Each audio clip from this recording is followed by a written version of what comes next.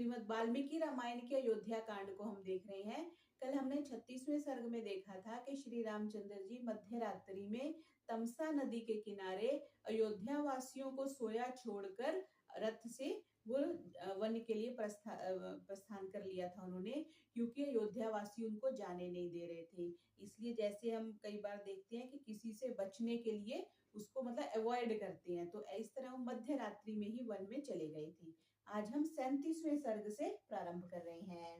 इसमें है कि नगर वासियों का विलाप करते हुए अयोध्या लौटना। प्रभातायां तु शर्वर्यां पौरास्ते राघवं विना कृपणः करुणा वाचो वदन्ति स्म मनस्विनः। रात्रि के समाप्त होने पर प्रातः काल जब पूर्ववासी जागे तब तक राम को न देख वे मनस्वी लोग दीन हो करुणा युक्त ये वचन बोले। धिगस्तु खलु निद्रां तां यया अपहृत चेतसः न अद्य पश्यामहे रामं पृथुरस्कं महाभुजम्। धिक्कार है हमारी उस निद्रा को जिससे अचेत होकर अब हम विशाल वक्ष स्थल वाले महाबाहु श्री राम को नहीं देख रहे हैं। यो न सदा पालयति पिता पुत्रानि वौरसान् कथं रघूनां स श्रेष्ठस्त्यक्त्वा नो विपिनं गतः। जो राम हम पूर्ववासियों को अपने औरस संतान की भांति पालते थे, वे रघुकुल श्रेष्ठ हमें छोड़कर वन में क्यों चले गए। अयोध्यावासी सब परेशान हो रहे हैं। इहैव निधनो यामो महाप्रस्थानमेव वा रामेण रहितानां हि किमर्थं जीवितं हिनः। या तो हम लोग यही प्राण दे देंगे अथवा हिमालय में जा गल कर मर जाएंगे, क्योंकि बिना राम के हमारे जीने का क्या प्रयोजन। सन्ति शुष्कानि काष्ठानि प्रभूतानि महान्ति च तहि प्रज्वाल्य चितां सर्वे प्रविशामोऽथ पावकम्। यहाँ पर प्रचुर मात्रा में बड़ी बड़ी सूखी लकड़ियां पड़ी हैं, इनकी विशाल चिता प्रज्वलित कर हम लोग उसमें प्रविष्ट हो जाएं। किस प्राण देने के विभिन्न तरीके हैं ना, तो कह रहे हैं हिमालय में जाकर के हम जल गल जाएंगे या हम बड़ी सारी चिता बना के उसमें अपने प्राण दे देंगे। किम वक्ष्यामो महाबाहुर अनसूयः प्रियं वदः नीतः स राघवो अस्माभिरिति वक्तुं कथं क्षमम्। अयोध्या लौटकर हम लोगों से क्या कहेंगे। महाबाहु ईर्ष्या रहित और प्रियवादी राम को हम वन में छोड़ आए हैं, यह तथ्य हम कैसे कह सकेंगे। निर्यातास्तेन वीरेण सह नित्यं जितात्मना रहितास्तेन च पुनः कथं पश्याम तां पुरीम्। हम तो वीर एवं जितेंद्रिय श्री राम के साथ रहने के लिए घर से निकले थे, अब हम उनको वन में छोड़ क्या मुंह लेकर अयोध्यापुरी जाएंगे। ततो मार्गनुसारेण गत्वा किंचित् क्षणं पुनः मार्गनाशाद्विषादेन महता संभिलुप्तः। वे लोग श्री राम के जाने के मार्ग का अनुसरण कर कुछ दूर उत्तर की ओर गए, परंतु जब उन्हें आगे गमन मार्ग का कोई चिन्ह न मिला तब वे अत्यंत दुखी हुए। क्योंकि आगे कोई उनको चिन्ह नहीं मिला ना, इसलिए वो परेशान हो गए। रथस्य मार्गनाशेन नैवर्तन्त मनस्विनः किमिदं किं करिष्यामो दैवेन पोपहता इति। जब रथ के आगे जाने का मार्ग न मिला तब वे मनस्वी लोग लौट आए और परस्पर कहने लगे, यह क्या हुआ, अब हम क्या करें, हमारा भाग्य ही खोटा है।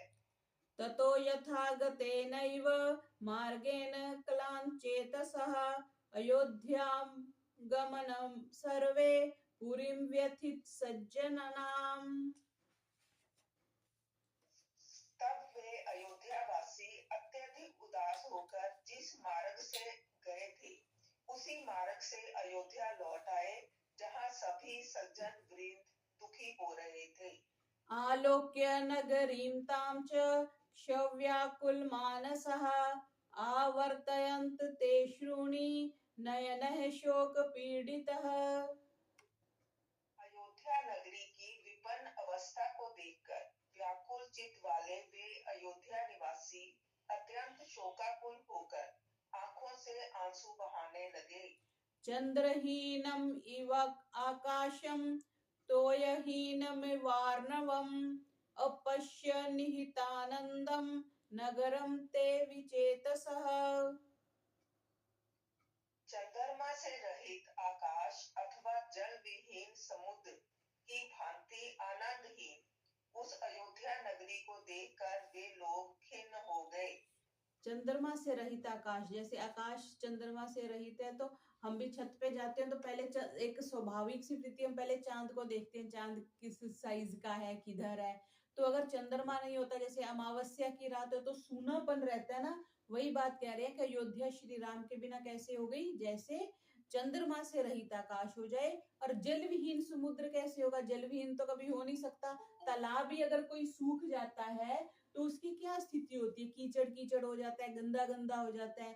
तो जल विहीन, जैसे जल के किसी स्रोत का कोई औचित्य नहीं रह जाता, वैसे ही अयोध्या नगरी हो गई। आगे 38वां सर्ग, गुह से भेंट। रामोऽपि रात्रिशेषेण तेनैव महन्तरम् जगाम पुरुषव्याघ्रः पितुर्राज्यमनुस्मरन्। उधर रात्रि व्यतीत होते होते श्री राम भी अपने पिताजी की आज्ञा का स्मरण करते हुए बहुत दूर निकल गए। तथैव गच्छतस्य व्यपायाद्रजनीशिवा उपास्य स शिवां संध्यां विश्यान्तं व्यगाहत।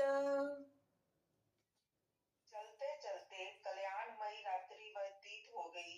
तब प्रातः काल की मंगलमयी संध्या उपासना करके वे फिर चलने लगे और उत्तर कोसल की दक्षिण सीमा पर पहुंच गए। पहले उत्तर की तरफ श्री राम ने थोड़ी देर व्रत वैसे चलवाया था, फिर दक्षिण में गए थे।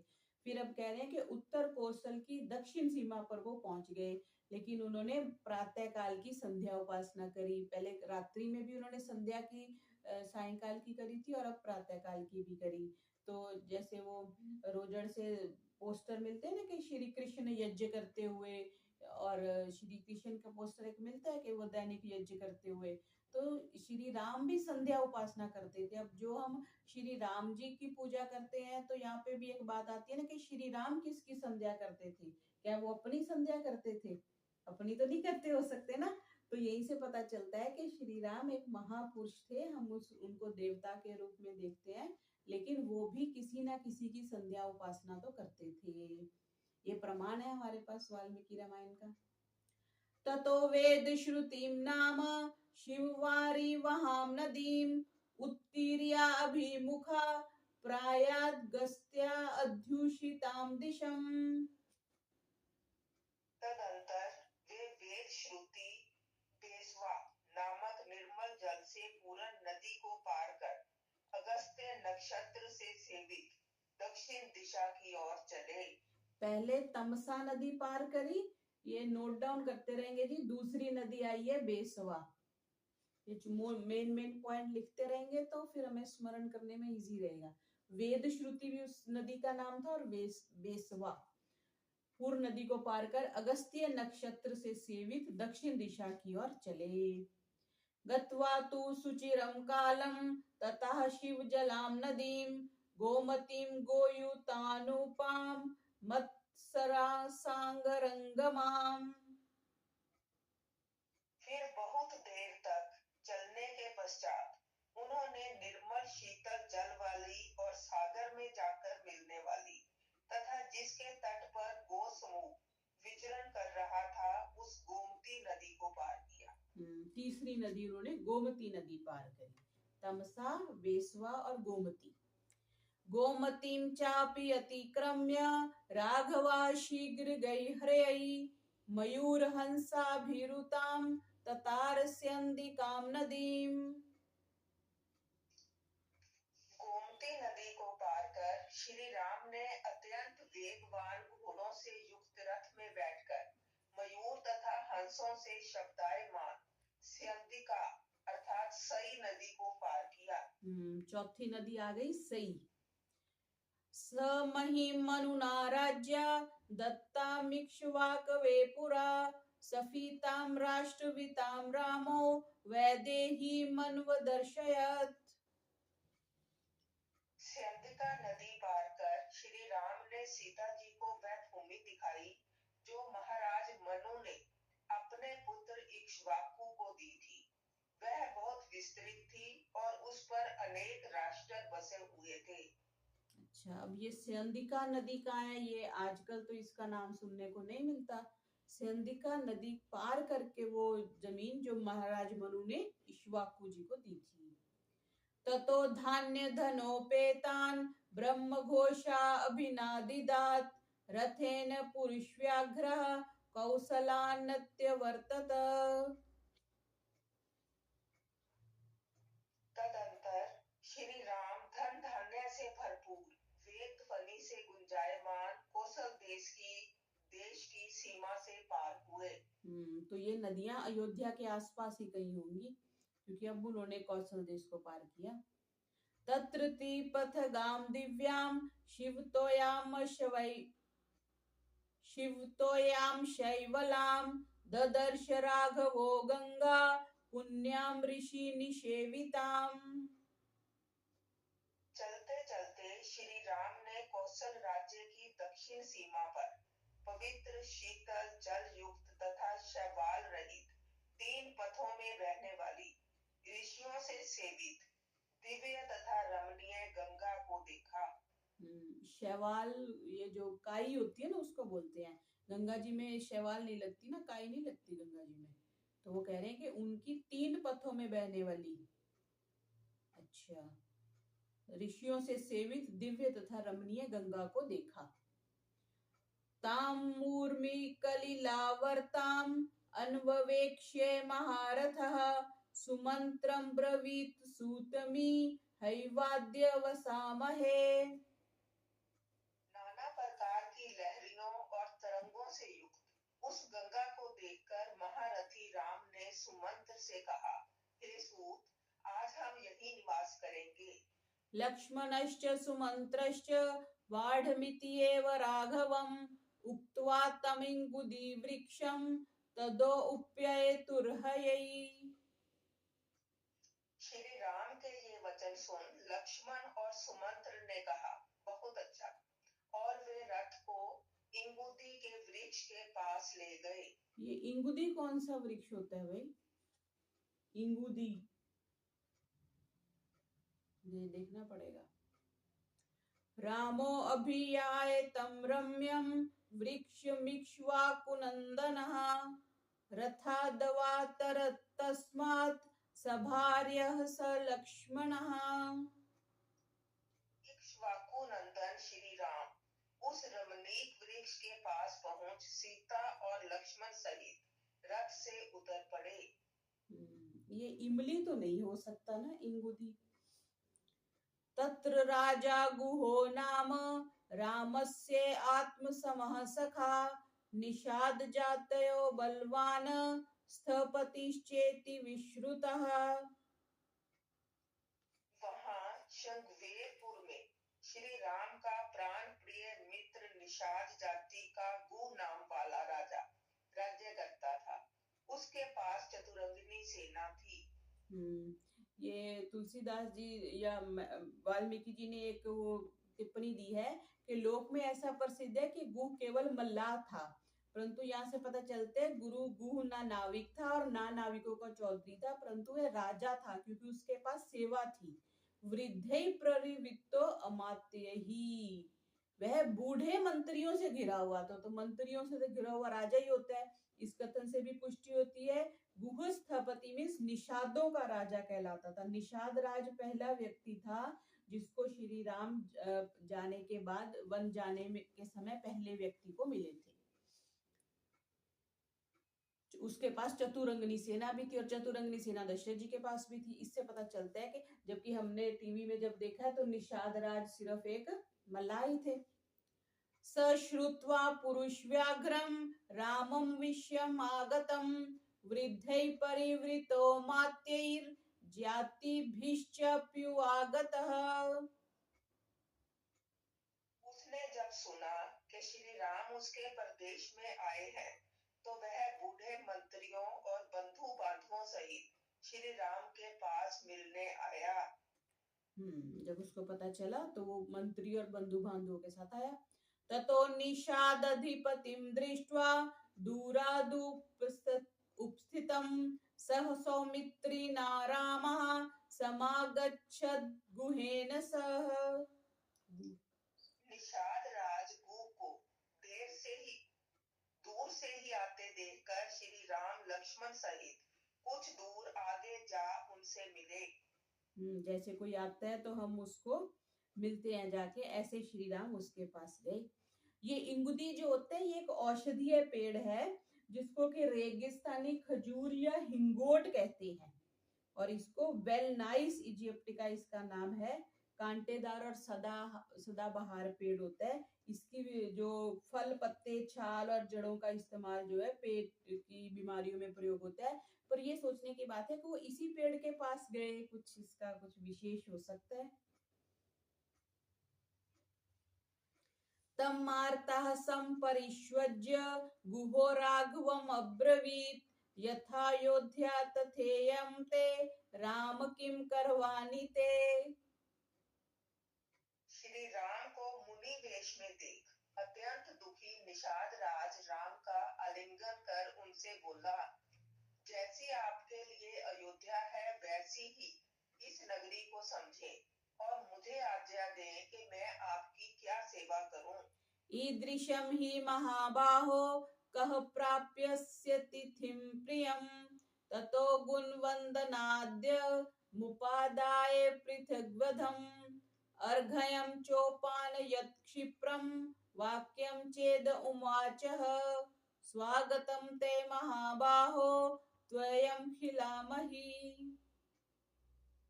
आप जैसा माननीय और प्रिय अतिथि किसको प्राप्त होगा। ऐसा कहकर अनेक प्रकार के स्वादिष्ट भोज्य पदार्थ और अर्घ्य आदि स्वागत वस्तुओं को राम के समीप लाकर गु बोला, हे महाबाहो, मैं आपका स्वागत करता हूँ। यह संपूर्ण पृथ्वी आपकी ही है। वयं प्रेष्या भवान् भर्ता साधु राज्यं प्रसादिनः भक्ष्यं भोज्यं च पेयं च लेह्यं चेदमुपस्थितं शयनानि च मुख्यानि वाजिनां खादनं च ते। आप हमारे स्वामी और हम आपके सेवक हैं। आप इस संपूर्ण राज्य पर शासन कीजिए। ये भक्ष्य भोज्य पेय और लेह अर्थात चटनी आदि पदार्थ खाने के लिए तथा सोने के लिए उत्तम बिछोने और घोड़ों के लिए घास एवं दाना भी उपस्थित है। गुहमेवं ब्रुवाणं तु राघवा प्रत्युवाचः अर्चिताश्चैव हृष्टाश्च भवता सर्वथा वयं पद्भयामभिगमाच्चैव स्नेहसन्दर्शनेन च भुजाभ्यां साधुपीनाभ्यां पीडयन् वाक्यं ब्रवीत्। गु के ऐसा कहने पर श्री राम ने कहा, आपने मेरे पास पैदल आकर जो इतना स्नेह प्रदर्शित किया उससे मेरा आदर सम्मान हो गया। मैं आप पर बहुत प्रसन्न हूँ। फिर मोटी और विशाल भुजाओं से गु का आलिंगन करते हुए श्री राम ने कहा, दिष्टया त्वां गुः पश्यामि हे रोगं सह बान्धवै अपि ते कुशलं राष्ट्रे मित्रेषु च धनेषु च। हे गु, आपको बंधु बांधवों सहित निरोग देखकर मैं बहुत प्रसन्न हुआ हूँ। आपके राष्ट्र में मित्रों में तथा इस वन के भूभाग में कुशल तो है। यद् एतद् भवता किंचित प्रीतया समुपकल्पितां सर्वं तद्नु जानामि नहीं वर्ते प्रतिग्रहे। मेरे लिए बड़े प्रेम से आप जो वस्तुएं लाए हैं, मैं उन सबको स्वीकार करता हूँ, परंतु इन दान की वस्तुओं का मैं उपयोग नहीं करूंगा। कुशचीराजिनद्धरं फलमूलाशिनं च मां विद्धि प्राणिहितं धर्मे तापसं वनगोचरम्। मैं तो कुशचीर और मृग चर्म धारण करता हूँ तथा फल एवं कंदमूल खाता हूँ। इस समय आप मुझे वनवासी तपस्वियों के धर्म में दीक्षित समझें। क्योंकि वो भोजन चटनी आदि लाए थे ना, तो चटनी जो है वो राजसिक गिना जाता है। हमें अच्छी तो लगती है, हम उसके बिना भोजन नहीं करते। चटनी हो गई, अचार हो गया, ये राजसिक भोजन है। तो इसलिए श्री राम मना कर रहे हैं कि मैं तो फल और कंदमूल ही खाऊंगा, और जो बिछौने लाए और उत्तम वो लाए तो बोलते हैं वो तो मैं तो कुशा का वस्त्र और मृग चर्म ही पहनता हूँ। अश्वाणाम खादनेन हमर्थी नान्येन केनचित् एतावतात्र भवता भविष्यामि सुपूजितः। आपकी इन वस्तुओं में से मैं केवल घोड़ों के खाने की वस्तुओं को ही स्वीकार करूंगा, अन्य कोई वस्तु नहीं। केवल इतने ही से मैं आपके द्वारा अपने को सम्मानित समझूंगा। अश्वानां प्रतिपानं च खादनं चैव सोऽन्वशात् गुहुस्त्रैव पुरंशास्त्वरितं दीयतामिति। यह सुन गुरु ने अपने नौकरों को आज्ञा दी कि घोड़ों के खाने पीने की संपूर्ण वस्तुएं इन्हें तुरंत प्रदान करो। ततश्चिरोत्तर उत्तरासंगः संध्यामन्वास्य पश्चिमां जलमेवाददे भोज्यं लक्ष्मणेन हरितं स्वयं। तदंतर वल्कल का दुपट्टा ओढ़े हुए श्री राम ने सायंकाल की संध्या समाप्त की। उस दिन लक्ष्मण जी द्वारा लाए गए जल को ही उन्होंने भोजन के रूप में स्वीकार किया। एक रात पहले भी उन्होंने सिर्फ जल ही लिया था, अगले दिन भी बस जल ही लिया है और भोजन नहीं लिया। दिन का तो इन्होंने नहीं लिखा, लेकिन रात्रि में सिर्फ उन्होंने जल लिया संध्या के बाद। तस्य भूमो शयानस्य पादौ प्रक्षालये लक्ष्मणः सभा आर्यस्य ततो अभ्येत्य तस्थौ वृक्षमुपाश्रितः। जब श्री राम और सीता इंगुदी के वृक्ष के नीचे भूमि पर लेट गए, तब लक्ष्मण ने जल लाकर दोनों के पैर धोए और वहीं वृक्ष के समीप बैठ गए। गुहोऽपि सह सूतेन सौमित्रिमनुभाषयन् अन्वजाग्रततो रामम् अप्रमत्तो धनुर्धरः। निषाद राजगुह सुमंत्र और लक्ष्मण के साथ बातचीत करता हुआ धनुष बाण लेकर राम की रक्षा में तत्पर रात्रि भर जागता रहा। ऐसा भी बार बार भी आएगा ना कि लक्ष्मण जी रात्रि भर जाग करके उनकी सुरक्षा करते थे, उनका पहरा देते थे। यहाँ कल की रात्रि में भी आया कि वो सुमंत्र के साथ लक्ष्मण जी जागते रहे, आज भी आया। और कल भी आया था कि उन्होंने सिर्फ जल लिया था, और आज भी जल लिया था। आगे 39वां सर्ग शुरू हो रहा है, गुह और लक्ष्मण का वार्तालाप। तम जाग्रतम दंभेन भ्रातुरर्थाय लक्ष्मणं गुहा संताप संतप्तो राघवं वाक्यं ब्रवीत। लक्ष्मण से, जो भाई की रखवाली करते हुए बड़ी सावधानी से जाग रहे थे, गुह संतप्त होकर बोला, इयं तात सुखाशय्या त्वदर्थमुपकल्पिता प्रत्याश्वसिः साध्वस्यां राजपुत्र यथा सुखम्। हे लक्ष्मण, तुम्हारे सोने के लिए यह शैया तैयार है। हे राजकुमार, आप इस पर सुख पूर्वक विश्राम करें। उचितो अयं जनः सर्वः कलेशानां त्वं सुखोचितः गुप्त्यर्थं जागरिष्यामः काकुत्स्थस्य वयं निशाम्। मैं हर प्रकार के कलेश सहने का अभ्यासी हूँ और आपका जीवन सुख में लिए हम लोग श्री राम की रक्षा के लिए रात भर जागेंगे।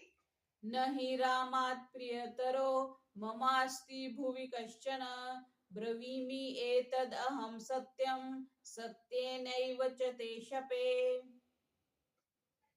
यदि आपको यह संदेह हो कि आपके सोने के पश्चात मैं भी सो जाऊंगा तो सुनो, इस संसार में श्री राम से बढ़कर मेरा और कोई प्रिय पात्र नहीं है।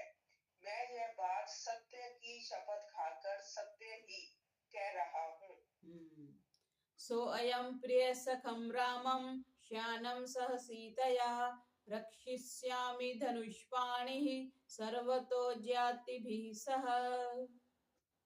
अतः मैं अपने बंधु बांधवों सहित हाथ में धनुष बाण लेकर सीता सहित सोए हुए अपने प्रिय मित्र राम की हर प्रकार से रक्षा करूंगा। लक्ष्मणस्तं तदोवाच रक्ष्यमाणास्त्वया नघ न अत्र भीता वयं सर्वे धर्म एवनुपश्यता। यह सुन लक्ष्मण जी ने गु से कहा, हे पुण्य आत्मन, आपके संरक्षण में हमें किसी प्रकार का भय नहीं है, परंतु मुझे अपने कर्तव्य पालन का ध्यान है। कथं दाशरथौ भूमौ शयाने सह सीतया शक्या निद्रा मया लब्धुं जीवितं वा सुखानि वा।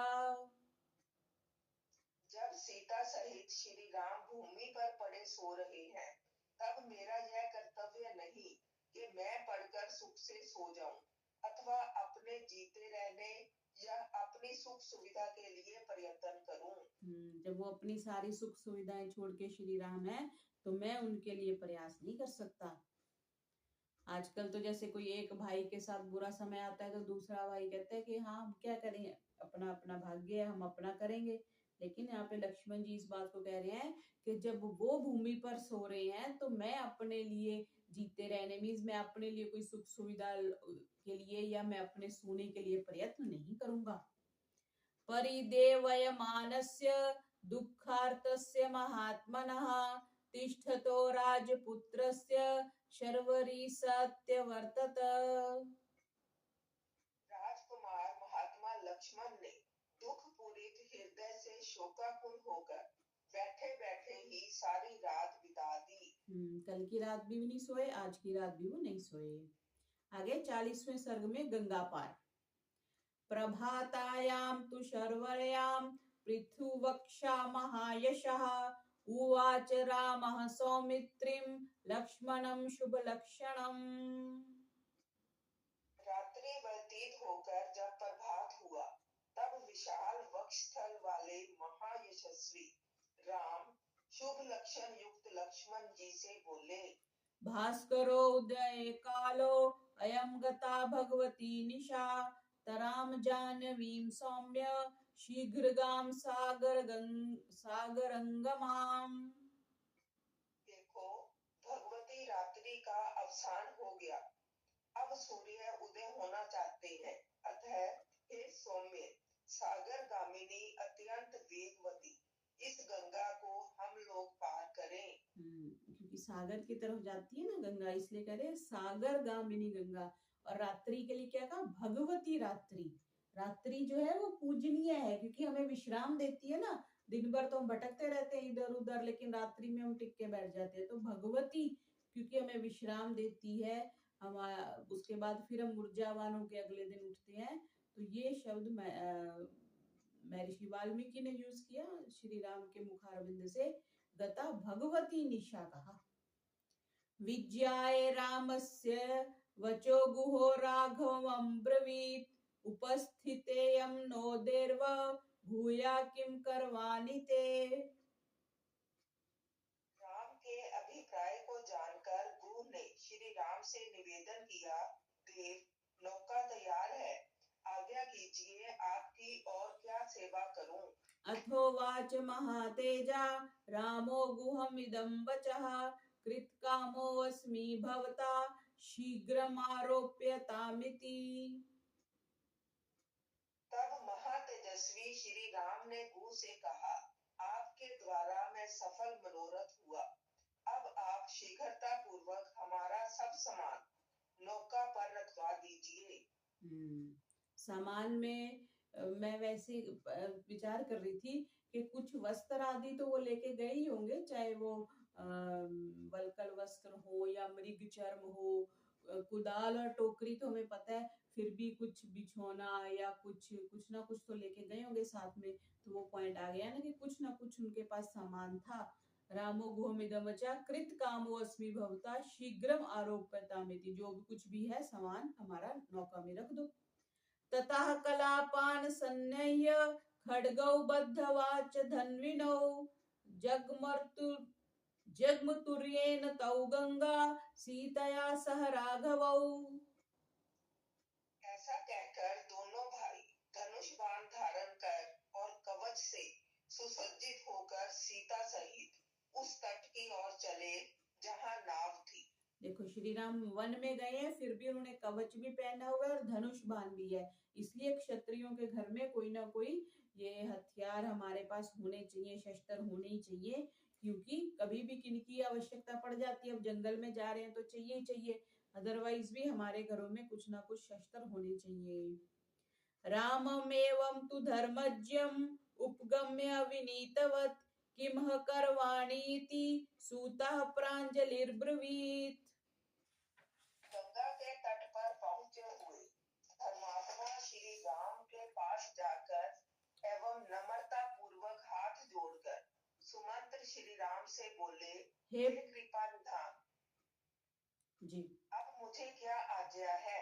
निवर्तस्येव उवाच एनम् आता विद्धि कृतं मम रथं विहाय पद्भ्यां तु गमिष्यामो महावनम्।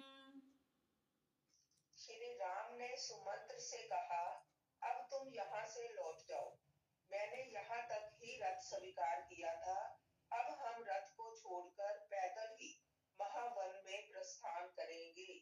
तो श्री राम रथ को लेकर सिर्फ गंगा तट तक गए थे। आत्मानं त्वभ्युन्युजातं वेक्ष्यार्तः ससारथिः सुमन्त्रः पुरुषव्याघ्रम् ऐक्ष्वाकमिदं ब्रवीत्। तुम लौट जाओ, अपने लिए इस आज्ञा को सुन। सुमंत्र अत्यंत दुखी हो नर केसरी इक्ष्वाकु वंशीय श्री राम से बोले, न मन्ये ब्रह्मचर्येऽस्ति स्वधीते वा फलोदयः मार्दवार्जवयोर्वापि त्वां चेद्वयसन्मागतम्।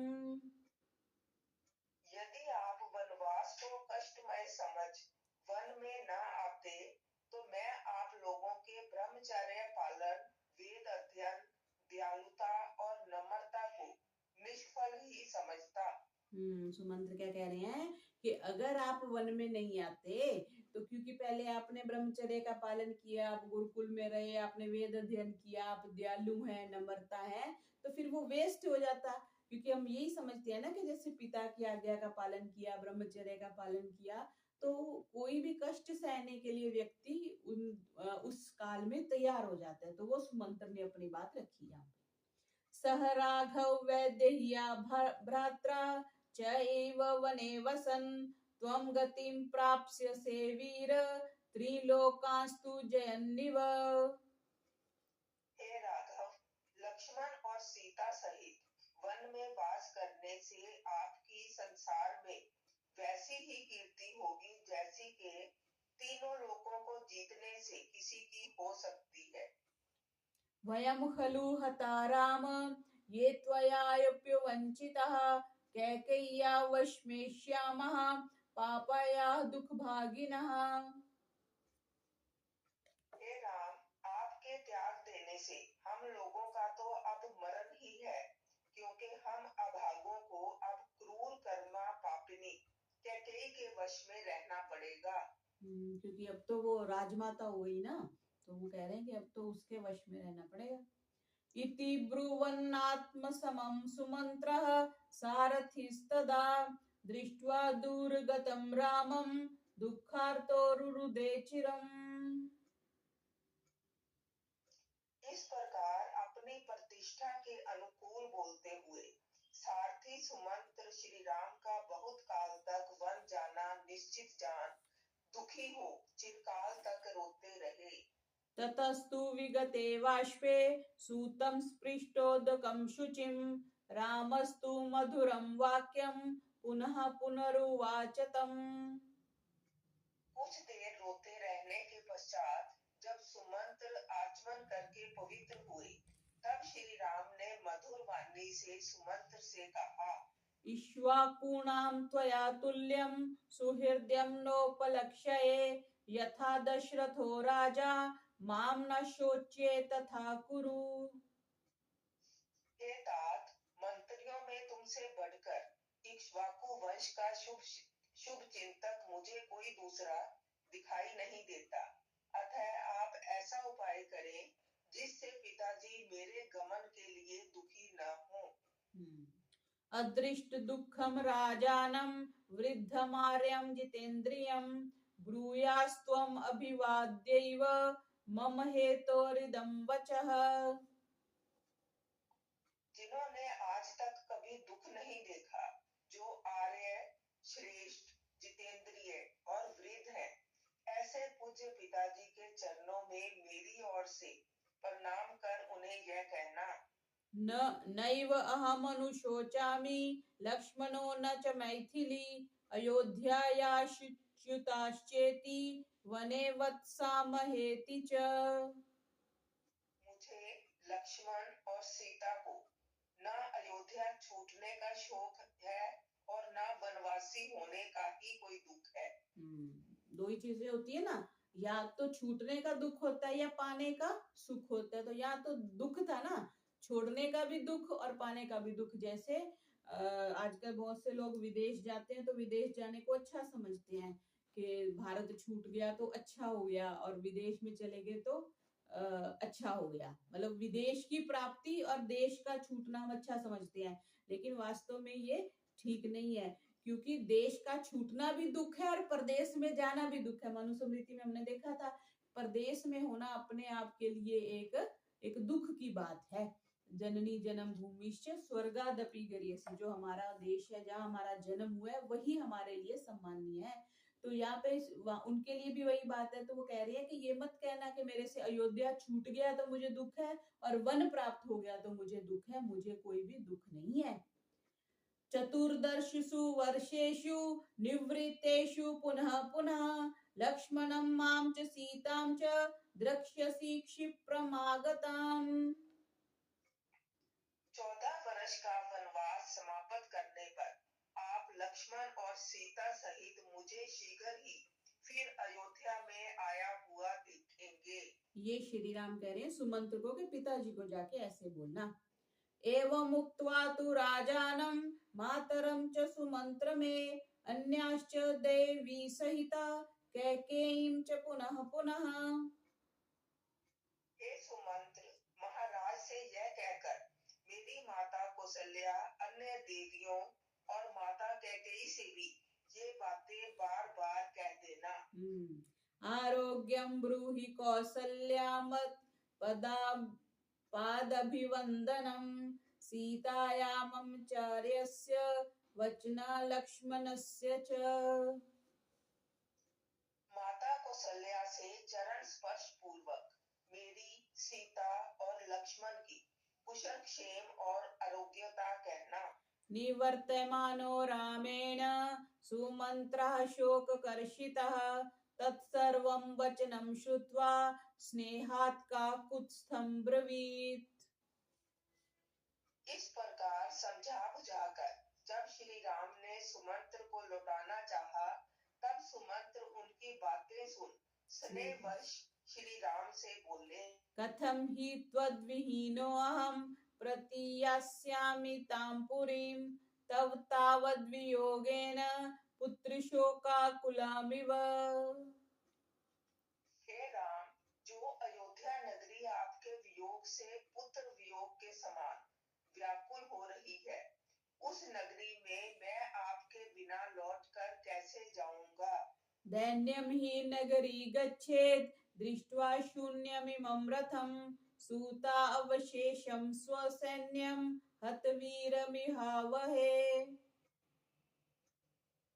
इस शून्य रथ को देखकर संपूर्ण अयोध्या नगरी इस प्रकार दीनता को प्राप्त हो जाएगी, जिस प्रकार संग्राम में महारथी के मर जाने पर सूत अवशेष रथ को देखकर सेना की होती है। सूत अवशेष रथ मीन्स महारथी की जब डेथ हो जाती है, वीरगति को जो महारथी प्राप्त हो जाते हैं तो वो रथ खाली हो जाता है ना, तो वही बात कह रहे हैं कि ऐसे मैं खाली रथ लेके अयोध्या में कैसे जाऊंगा। अहम किम चापि वक्ष्यामि दैवीं तम सुतो मया नीतो असौ मातुलकुलम संतापम मा कृथा इति। अयोध्या में जाकर मैं देवी कौशल्या से क्या कहूँगा? क्या मैं यह कहूँ कि मैं तुम्हारे पुत्र को मामा के घर पहुंचा आया हूँ, अब आप शोक ना करें। तन्न शक्ष्यामहं गन्तुम् अयोध्यां त्वदृतेन घ वनवासानुयानाय मामनुज्ञातुमर्हसि। हे अनघ, मैं आपके बिना अयोध्या नहीं लौटूंगा। आप मुझे भी अपने साथ वन में चलने की आज्ञा प्रदान कीजिए। ये कौशल्या जी का जो मायका है ना, मतलब कौशल्या जी कहते हैं कि पंजाब की थी, और इधर शायद गुरदासपुर के पास एक गांव है कोई, उसमें कहते हैं कि ये कौशल्या माता का हवेली या कुछ घर वहां पर है।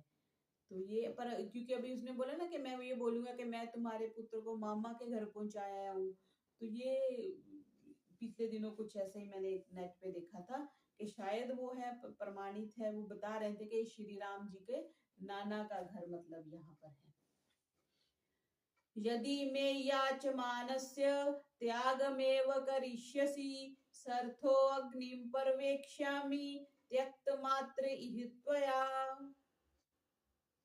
यदि इतना गिड़गिड़ाने पर भी आप मेरा त्याग ही करेंगे, तो आपके द्वारा परित्यक्त मैं रथ सहित अग्नि में प्रविष्ट हो भस्म हो जाऊंगा। प्रसीदेच्छामि ते अरण्यं भवितुं प्रत्यन्तरः प्रीत्या अभिहितमिच्छामि भव मे प्रत्यन्तरः। आप प्रसन्न हो और मुझे अपना अनुचर बनाकर अपने साथ ले चले। आप प्रसन्नता पूर्वक मुझे कह दें, हे सुमंत्र, तुम मेरे साथ वन को चलो। देखो कितना प्रेम करते हैं ना, आजकल तो किसी में इतना प्रेम दिखता ही नहीं है, वो कितने मतलब लालायित है कि तुम किसी तरह मेरे को साथ ले चलो। पहले अयोध्या वासी साथ आ गए कि हम साथ ही जाएंगे, वो स्नेह तो धीरे धीरे कम ही होता जा रहा है। वनवासे क्षयं प्राप्ते ममैष हि मनोरथः यदनेव रथेनैव त्वां वहेयं पुरीं पुनः। मेरी यह परम अभिलाषा है कि वनवास की समाप्ति पर मैं इसी रथ में बैठाकर आपको अयोध्यापुरी में ले चलूं। एवं बहुविधं दीनं याचमानं पुनः पुनः रामो भृत्यानुकंपी तु सुमंत्रमिदं ब्रवीत। सुमंत्र के इस प्रकार दीनता पूर्वक बार बार प्रार्थना करने पर भृत्य वत्सल श्री राम सुमंत्र से बोले। भृत्य अनुकंपी, भृत्य कहते हैं नौकर चाकर जो अपने नीचे काम करने वाले, उनके वत्सल, उनको प्रेम करने वाले, उनको स्नेह करने वाले श्री राम जी ऐसा बोले। जानामि परमां भक्तिं मयि ते भर्तृवत्सल शृणु चापि यदर्थं त्वां प्रेष्यामि पुरीमितः। हे स्वामी भक्त सुमंत्र, अपने प्रति तुम्हारे अनुराग को मैं भली भांति जानता हूँ, परंतु मैं जिस कारणवश तुम्हें अयोध्या भेज रहा हूँ उसे सुनो। नगरीं त्वां गतं दृष्ट्वा जननी मे यवीयसी कैकेयी प्रत्ययं गच्छेत् इति रामो वनं गतः।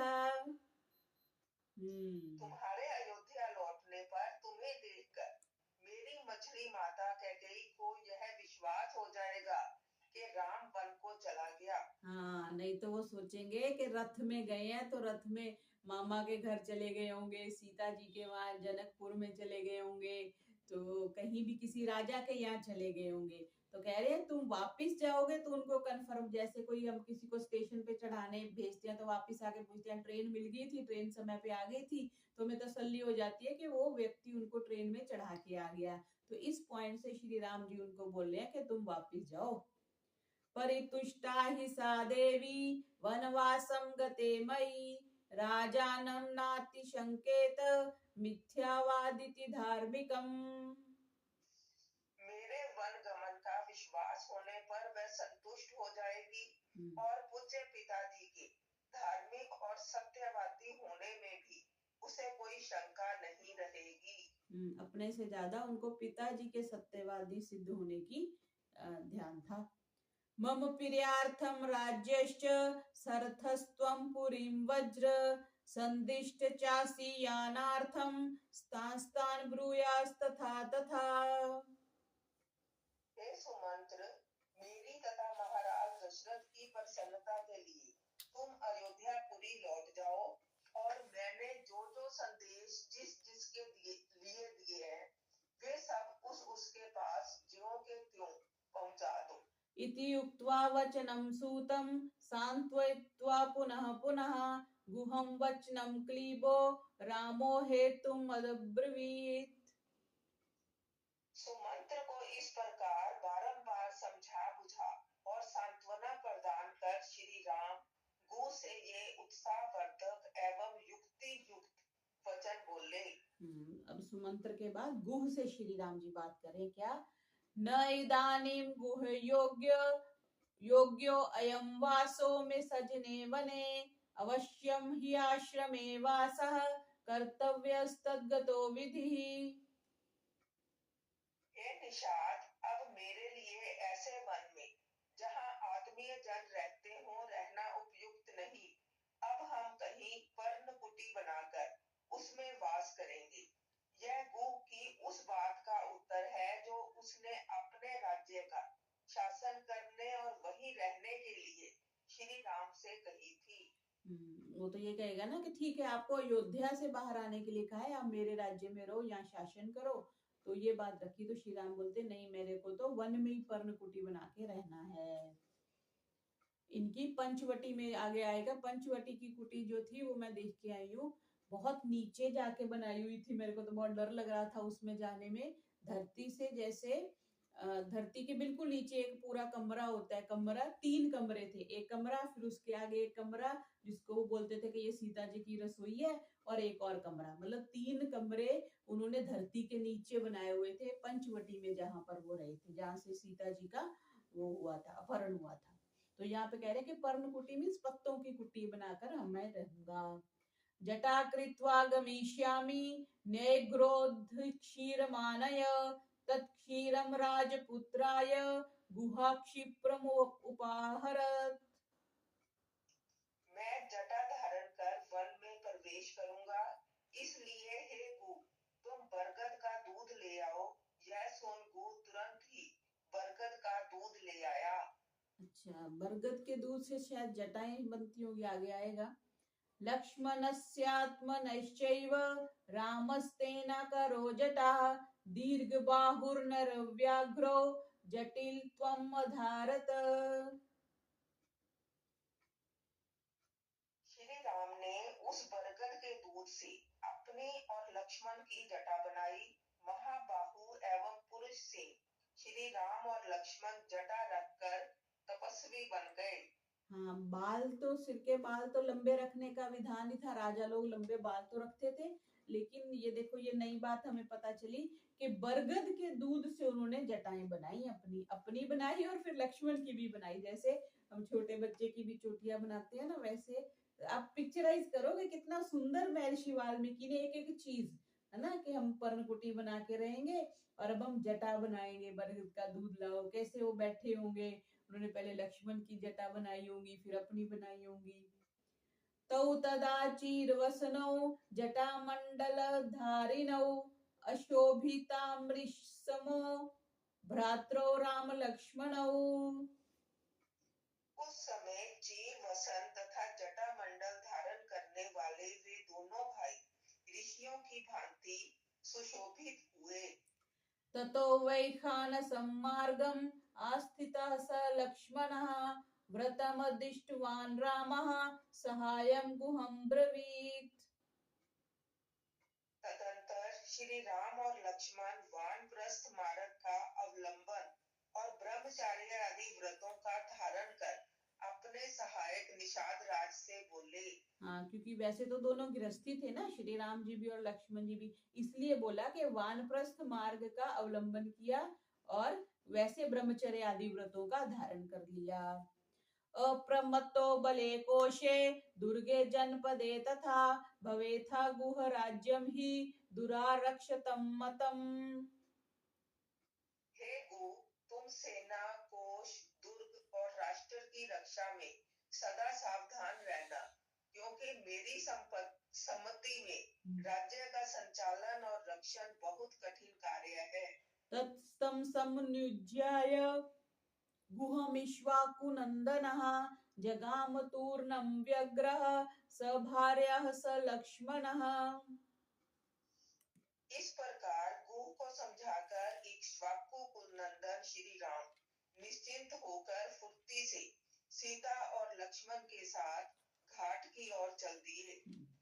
स तु दृष्ट्वा नदीतीरे नावम् इक्ष्वाकुनन्दनः तितीर्षु शीघ्रगां गंगाम् इदं लक्ष्मणं ब्रवीत्। गंगा नदी के तट पर नाव को उपस्थित थे श्री राम ने वेगवती गंगा को पार उतरने की इच्छा से लक्ष्मण जी से कहा, आरोह त्वं नरव्याघ्र स्थितितां नावमिमां शनैः सीतां चारोपन्यावक्षं परिगृहे मनस्विनीम्। हे नरकेसरी, सामने उपस्थित नौका पर मनस्विनी सीता को चढ़ाकर तुम भी इस पर सवार हो जाओ। सभ्रातु शासनं श्रुत्वा सर्वं प्रतिकूलयन् आरोप्य मैथिलीं पूर्वं रुरोहात्मवांस्ततः।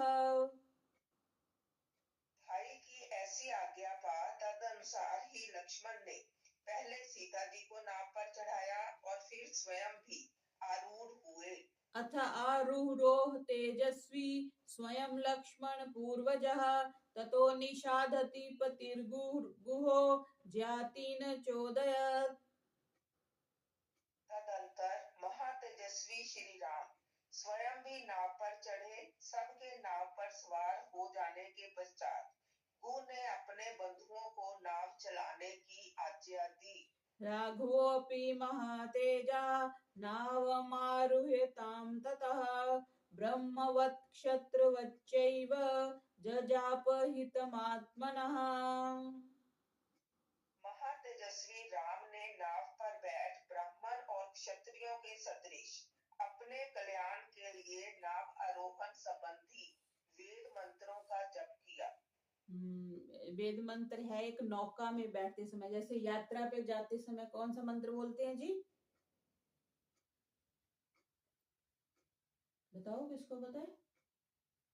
यात्रा पे जाने के टाइम स्वस्ति पंथा मनुचरेम सूर्या चंद्रमसाविव पुनर्धदताग्नता जानता संगमे में इसका उच्चारण करते हैं। और नौका पर जब बैठते हैं तो ऋग्वेद के 10वें मंडल के 63वें का 9वां मंत्र है जो महर्षि दयानंद ने संस्कार विधि के विवाह प्रकरण में दिया है। अश्मवंती रीयते सम रभग्वम उत्तिष्ठत प्रतरता सखाय। ये बैठने के समय। और नौका से उतरने के समय मंत्र है अत्र जहाम ये असन्न सेवा शिवावन्यम उत्तरे माभिवाजान। ये उतरने के समय। और नौका में बैठने के समय सूत्रमानम पृथ्वी, जो अपने मंत्रों विशेष मंत्रों में आता है, सूत्रमानम पृथ्वीम द्यामनेहसम सुशर्मानम अदितिम सुप्रणीतिम दैवीं नावम स्वरित्रामनागासम स्रंत विवारुहेमा स्वस्तये। स्वस्ति वाचन का मंत्रों में महर्षि दयानंद ने इसको इंक्लूड किया है। तो ये नाव में बैठने के समय देखो श्री राम ने इन वेद मंत्रों का जाप किया।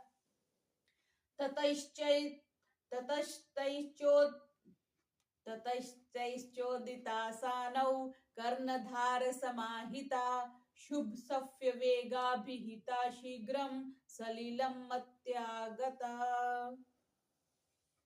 कुशल नाविक द्वारा संचालित वह नौका वेगवान पतवार और डांडों के जोर से शीघ्रता पूर्वक जल में चलने लगी। तीरं तु दक्षिणं प्राप्य नावं हित्वा नरश्रभः प्रातिष्ठत् सह भ्रात्रा वैदेह्या च परन्तपः। शत्रु मर्दन पुरुषोत्तम श्री राम ने दक्षिण तट पर पहुंचकर नाव को छोड़ दिया तथा अपने भाई लक्ष्मण और सीता के साथ वहां से आगे के लिए प्रस्थान किया। अथाब्रवीन् महाबाहु सुमित्रानन्दवर्धनं भव संरक्षणार्थाय सजने विजनेऽपि वा।